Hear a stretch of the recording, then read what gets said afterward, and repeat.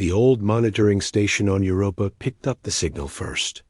It came from deep space, beyond the Kuiper Belt, carrying a message that would change everything. Commander Marcus stood before the main screen, watching the alien symbols translate themselves. The message was simple but desperate. Help us. They are killing everyone. Please, anyone who hears this, help us. The signal came from the Vega system, 25 light years away. An alien race called the Kellans had sent it. Their world was under attack by something they called the Swarm, a machine race that consumed entire planets for resources. Marcus looked at his team. Lieutenant Torres was already pulling up star maps. Dr. Patel analyzed the signal's technical data. They all knew what this meant. Humanity had just discovered it wasn't alone in the universe, and their new neighbors needed help. Sir, the signal is 3 months old, Torres reported. If we leave now, even with our fastest ships, we won't reach them for 2 years. Then we better start moving, Marcus replied. The message reached Earth within hours. The United Nations held an emergency meeting. Some leaders argued against helping. Why risk human lives for aliens they'd never met? Others said it was humanity's duty to help those in need. President Williams made the final decision. Throughout our history, humans have answered calls for help. We've crossed oceans, climbed mountains, and gone to war to save strangers. Now we'll cross the stars. Within days, Earth began its largest military mobilization ever. Old warships were pulled from mothballs. New ones rolled off assembly lines. Scientists worked around the clock to improve weapons and shields. But humanity had a secret. For 50 years, they'd been preparing for something like this. Hidden bases on Mars and the moons of Jupiter housed experimental weapons. Ships with advanced drives waited in secret dockyards. Admiral Johnson took command of the fleet. He was a veteran of the Mars Rebellion, tough but fair. As he looked at the assembled ship's 500 vessels carrying humanity's best fighters, he felt pride mixed with worry. The Kellans had sent more information with their signal. Images of their world showed beautiful cities of crystal and light.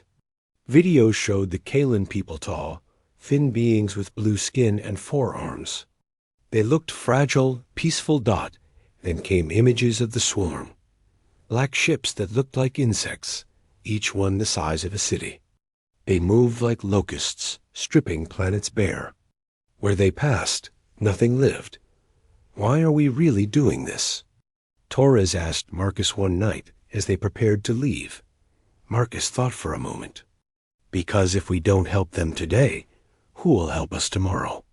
The fleet launched from Earth with great ceremony. Billions watched as humanity's greatest armada disappeared into the dark between stars. Families said goodbye, not knowing if they'd see their loved ones again. But humans had advantages the galaxy didn't expect. They were young compared to other races, but they'd spent their entire history fighting. Every human invention, from fire to fusion, had been tested in war. They knew conflict like no other species. As the fleet traveled through hyperspace, Admiral Johnson studied the enemy. The swarm had conquered 12 systems already. They seemed unstoppable. But Johnson noticed patterns in their attacks, weaknesses in their formations. They fight like machines, he told his officers. Predictable, logical. They've never faced an enemy like us. He was right. The swarm had conquered peaceful races for centuries. They'd never met a species that turned conflict into an art form. That made war into science. That could find 1,000 ways to destroy something. Back on Earth, recruitment centers overflowed. Everyone wanted to help. Factories ran day and night, building more ships and weapons. Scientists made breakthrough after breakthrough, sending new technologies to the fleet in transit. The journey would take 2 years, but humanity wasn't wasting time. They were preparing something special for the swarm, something the machines would never expect. As Admiral Johnson looked at the stars streaming past, he smiled grimly. The Kellans had asked for help. They were about to learn what happened when humanity answered. 2 years passed like a heartbeat and an eternity combined. The human fleet dropped out of hyperspace at the edge of the Vega system, and what they saw made even the bravest warriors pause. The system was dying. Planets that should have been green and blue were gray and scarred.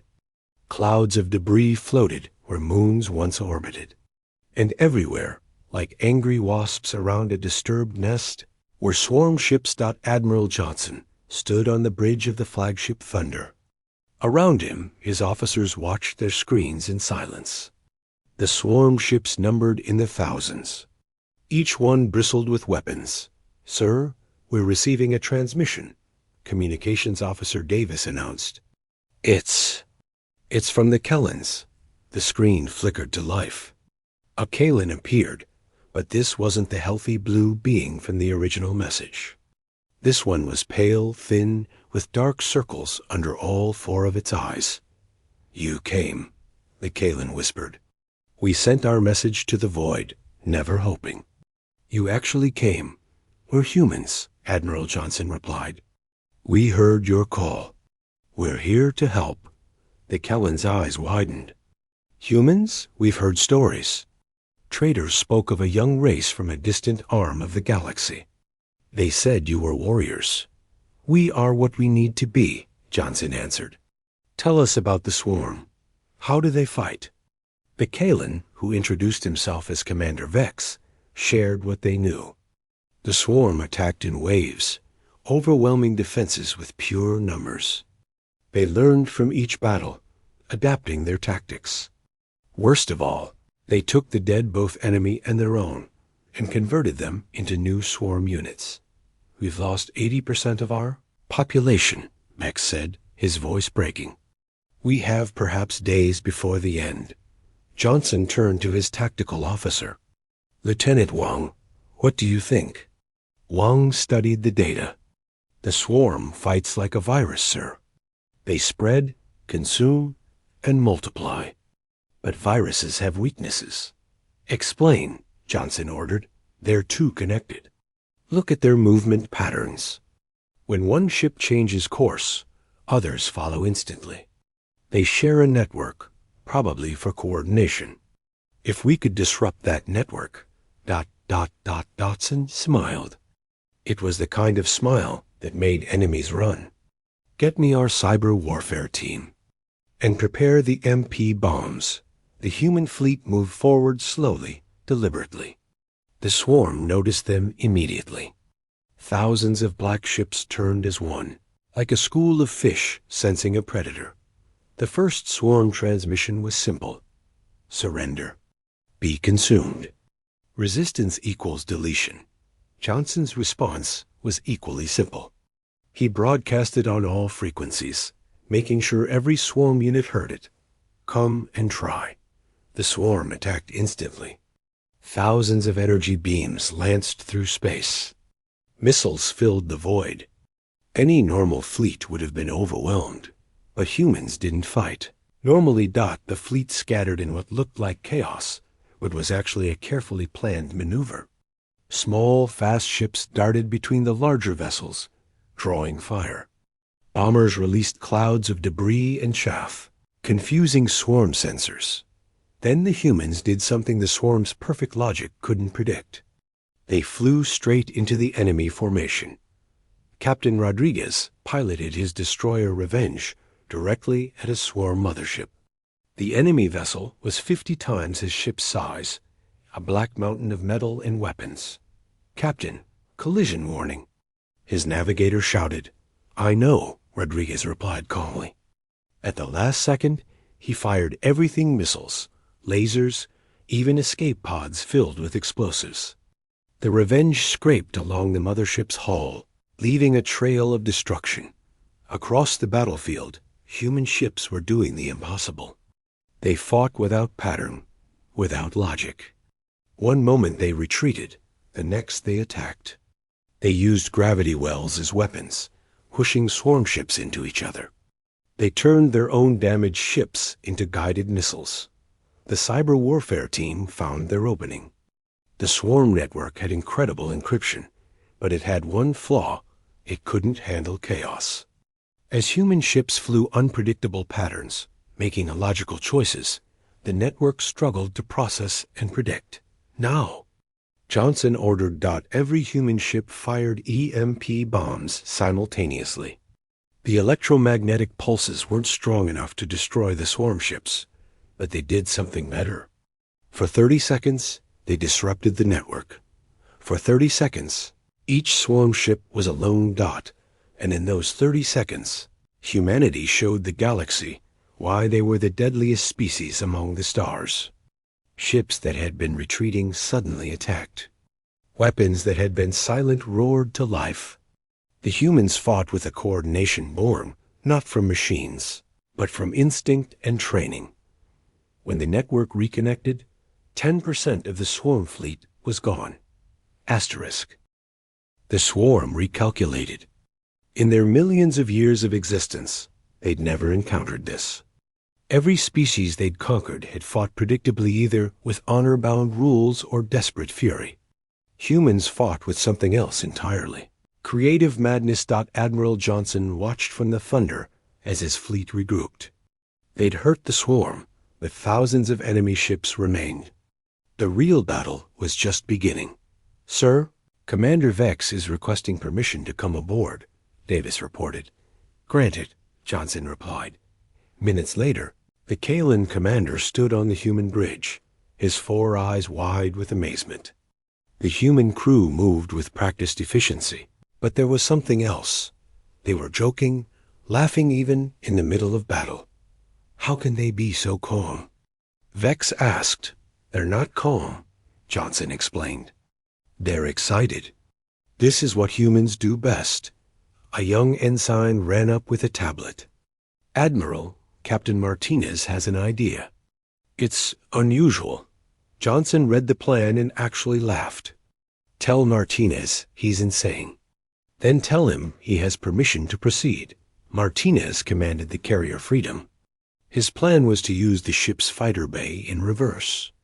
Instead of launching fighters, he would use the magnetic catapults to fire asteroids at the swarm. His crew had spent the last hour collecting space rocks and coating them with explosive charges. "It's literally going to be a rock throw," Martinez told his crew. But sometimes the oldest weapons are the best. The swarm attacked again, this time with a new strategy. They formed into a sphere, surrounding the human fleet. It was a logical move attack from all sides, prevent escape. But Admiral Johnson had studied history. He knew this formation. The Romans had called it testudo, the tortoise. And he knew how to break it. All ships formation Delta 7. Let them think they've won. The human fleet pulled together, seeming to huddle in fear. The swarm pressed closer, sensing victory. Their weapons charged for a final, devastating barrage. That's when the humans revealed their surprise. Hidden among the regular fleet were 20 special ships. They looked normal from the outside, but inside they were different. These were humanity's mining vessels, equipped with industrial lasers designed to crack asteroids. The scientists had spent the journey modifying them. "Fire the sun cutters." Johnson ordered. 20 beams of impossible brightness erupted from the human fleet. These weren't weapons, they were tools repurposed. The mining lasers, designed to cut through solid rock, sliced through swarm ships like paper. The sphere formation became a trap for the swarm. As ships tried to escape the lasers, they crashed into each other. Their perfect coordination became a weakness as damaged ships sent error signals through the network, confusing others. But the humans weren't done. Martinez launched his asteroid barrage. Hundreds of rocks, some the size of houses, smashed into swarm ships. It was primitive, almost insulting to the advanced machine race. But it worked. Captain Reeves of the destroyer Lightning had her own contribution. Her ship had been damaged in the first attack, losing half its weapons.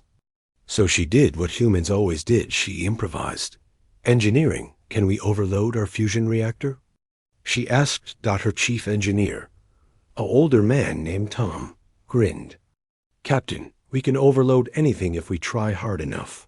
The lightning charged straight at the largest swarm command ship. Enemy weapons focused on the small destroyer, but Reeves flew like a madwoman, spinning and diving randomly. When she got close enough, she gave the order. All hands abandon ship. Tom set the reactor to critical. The crew escaped in pods as the lightning continued its death charge. The reactor exploded just as the ship impacted the command vessel. The explosion was visible from the Kalen homeworld, a new star burning briefly in their sky. Commander Vex watched all this with growing understanding. You don't just fight wars. You transform them into something else. War is chaos, Johnson replied. Most species try to bring order to chaos. Humans, we embrace it. We swim in it. We make chaos our ally. The swarm was adapting again, trying to counter the human madness. But every time they adjusted to one tactic, the humans invented 3 new ones. Ships played dead, then attacked. Others broadcast surrender signals while charging weapons.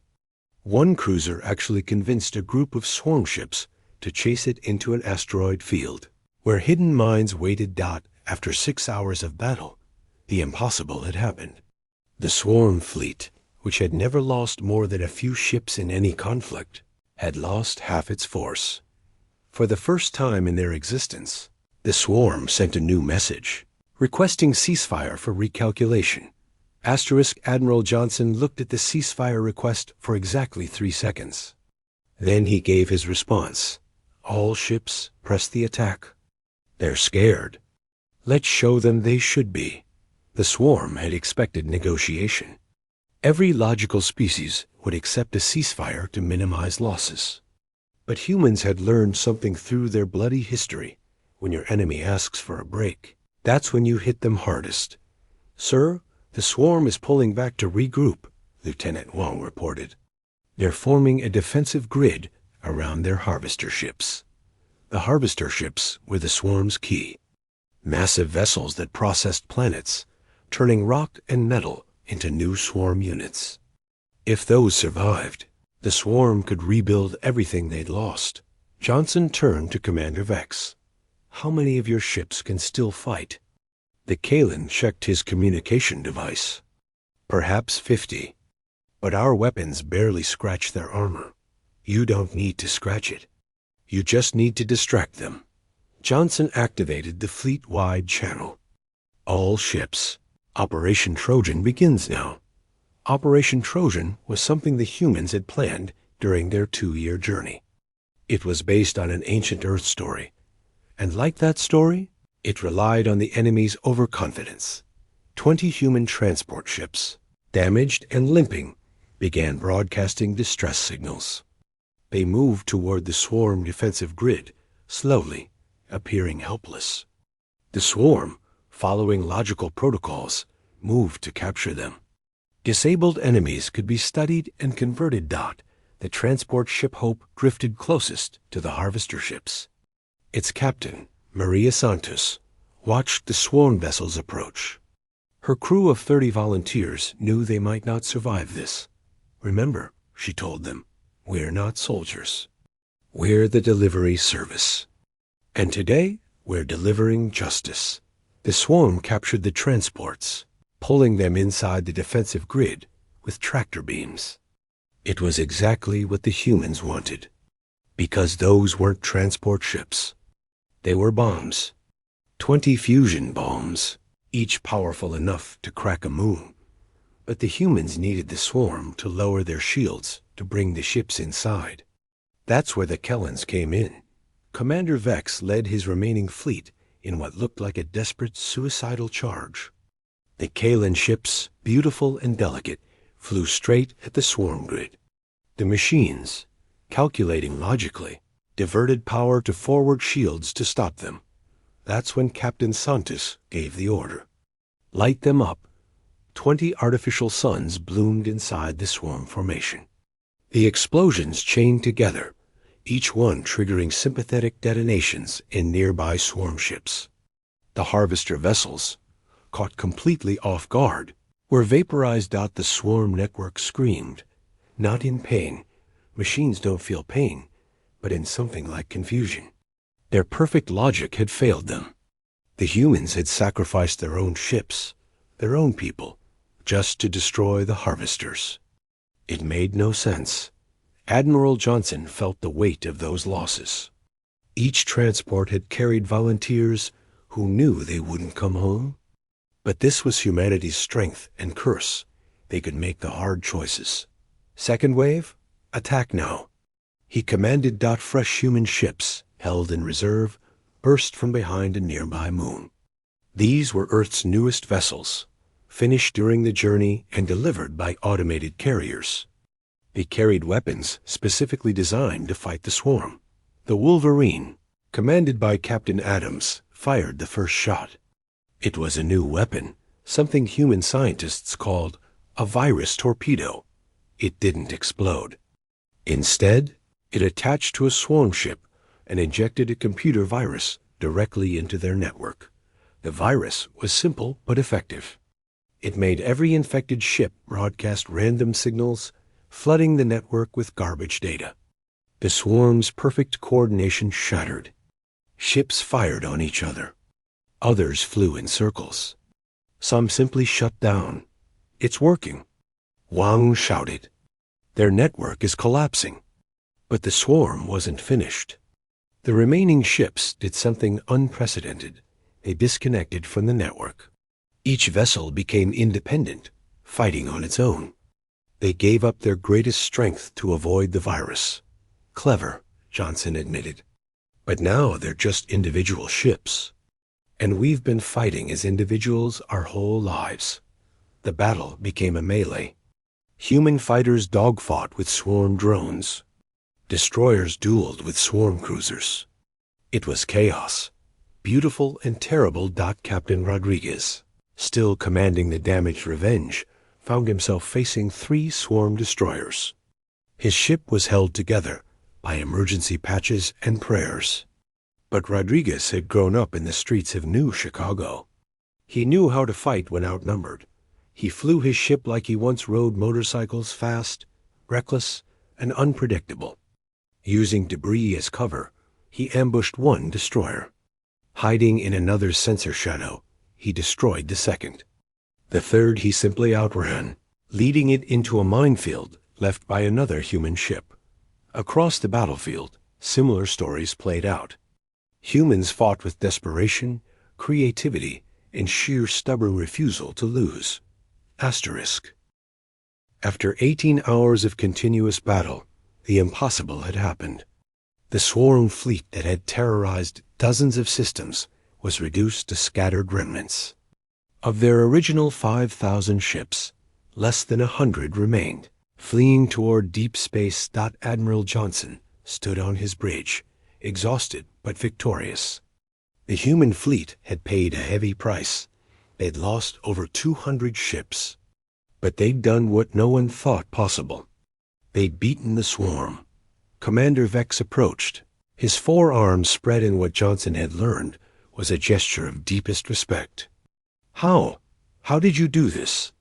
The swarm conquered the ancient Valdari Empire. They destroyed the warrior culture of Nexus Prime. But you broke them. Johnson looked at the view screen, watching the last swarm ships disappear into hyperspace. Every species fights with their strengths. The swarm had numbers and coordination. The Valdari had honor and tradition. But humans?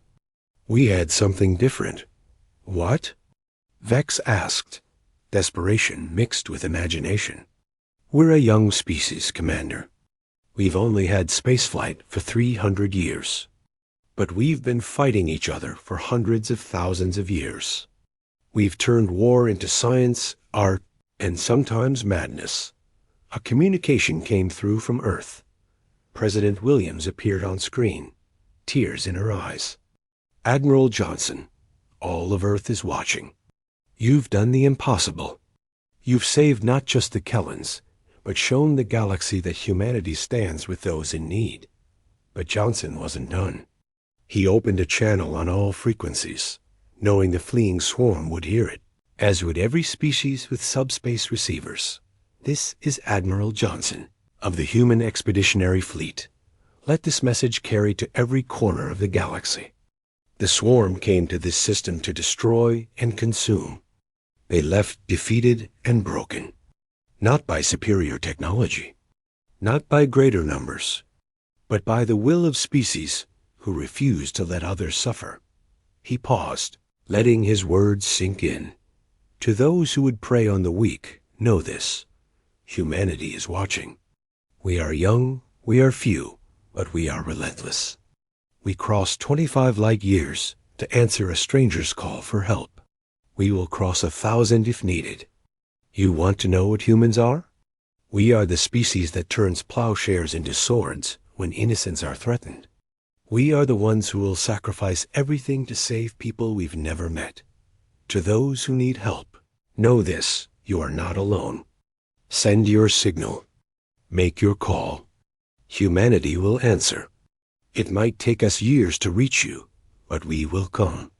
With ships, with weapons, and with the absolute determination that no one stands alone against the dark. The message echoed through subspace, reaching countless worlds.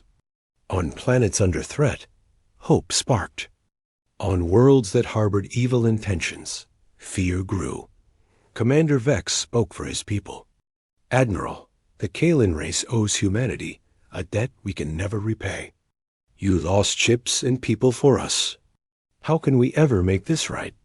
Johnson smiled, the first genuine smile Vex had seen from him. You already have. You showed us we're not alone in the universe. You gave us purpose beyond our own small world. Help others when they need it. Stand against tyranny. That's payment enough. In the weeks that followed, the human fleet helped the Kellans rebuild. They shared technology, medicine, and knowledge. But more importantly, they shared hope. Other species began arriving at Kaelin. The timid ethereals, who had hidden from the swarm, brought food and supplies. The mechanical constructors offered to help rebuild cities. The ancient preservers shared their historical records, showing that the swarm had been driven off before, but never so decisively. A month later, as the human fleet prepared to return home, something unexpected happened. 50 ships appeared at the edge of the system. For a moment, everyone feared the swarm had returned, but these weren't swarm vessels. They were from different species, dozens of them. Each ship broadcast the same message. We heard humanity's call. We stand with you. Admiral Johnson realized something had changed. Humanity's victory hadn't just saved the Kellans. It had started something new. An alliance not of convenience or fear, but of shared values. As the Thunder began its journey home, Johnson received one final message. It was from deep space, from the fleeing swarm. Just 2 words. We remember. Johnson nodded. Good. Let them remember. Let the whole galaxy remember what happened when humanity answered a desperate call for help. They had shown the galaxy that humans weren't just warriors. They were protectors. And they were just getting started. Asterisk.